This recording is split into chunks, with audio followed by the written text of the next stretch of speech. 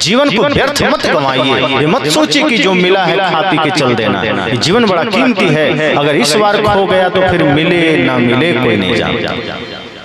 ये जीवन मिला है कुछ अच्छा करके जाने के लिए। अगर अच्छा करके जाएंगे तो अपने छोड़िए, गैर भी आपको याद करेंगे, और अगर कुछ बिना किए चले गए तो गैर अपने भी भुला देंगे। इसलिए ऐसा जीवन मत बिताइए कि अपने लोग भी आपको भुला दें 10 दिन 20 दिन में। जीवन को ऐसा बनाइए, ऐसा कुछ करके जाइए कि आप भी प्रेरणा बन सकें। और वो कर्म क्या है? भक्ति का, सेवा का।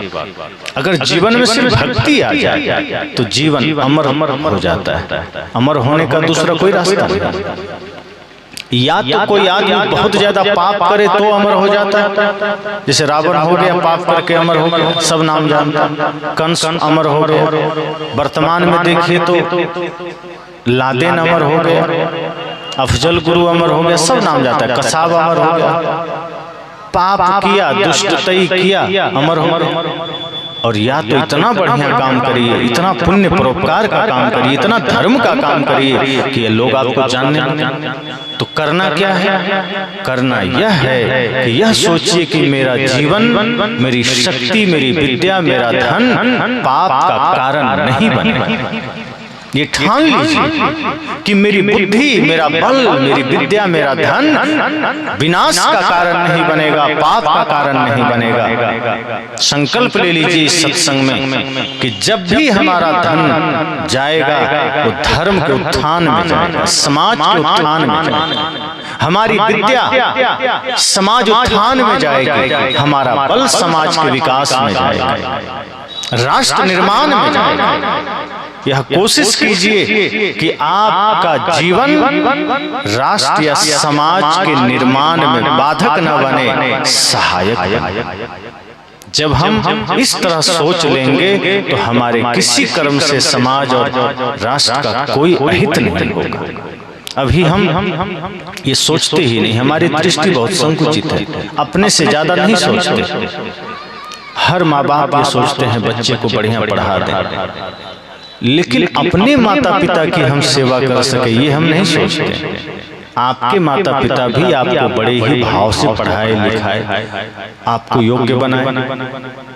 आज जिस तरह आप अपने बच्चों के लिए चिंतित हैं, कभी आपके माता पिता आपके लिए चिंतित थे। आज आप अपने बच्चे को बढ़िया भोजन दे रहे हैं, कपड़ा दे रहे हैं, बढ़िया पढ़ाई करवा रहे हैं। आपके पिताजी भी आपके लिए यही सोचे थे, लेकिन आज हालत क्या है? हम अपने पत्नी और बच्चे के अलावा अपने पिता का ध्यान रखना छोड़ दिए, माँ का ध्यान रखना छोड़ दिए। माता पिता आंसू बहा रहे हैं। अब बेटा शिव मंदिर में जाके जल चढ़ा रहा है, भगवान कृपा करेंगे। अब जब आप अपने ही पिता का अनादर कर रहे हैं तो जगत पिता महादेव आप पर प्रसन्न होंगे क्या? जब आपकी वजह से आपके पिता के आंख में आंसू है, आपके माँ के आंख में आंसू है, तो माता दुर्गा खुश होंगी क्या?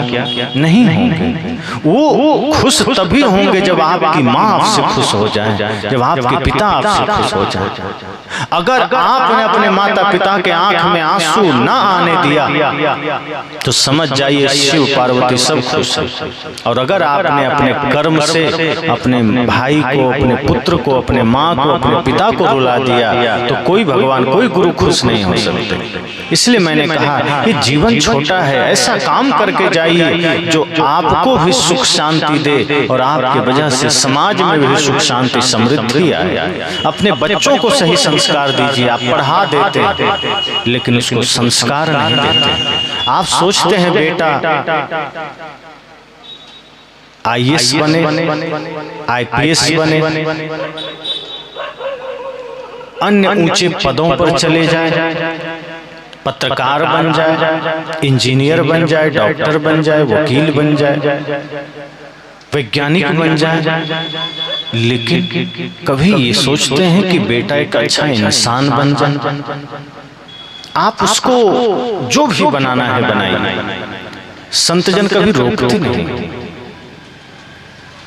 आप उसको जो शिक्षा देना है दीजिए, पर इतना संस्कार जरूर दीजिए कि आपके बच्चे अपने भारत की संस्कृति को समझ सके, मर्यादा को समझ सके। माता के प्रति उसका भाव, पिता के प्रति उसका समर्पण सदा बना रहे, समाज और राष्ट्र के प्रति समर्पण बना रहे।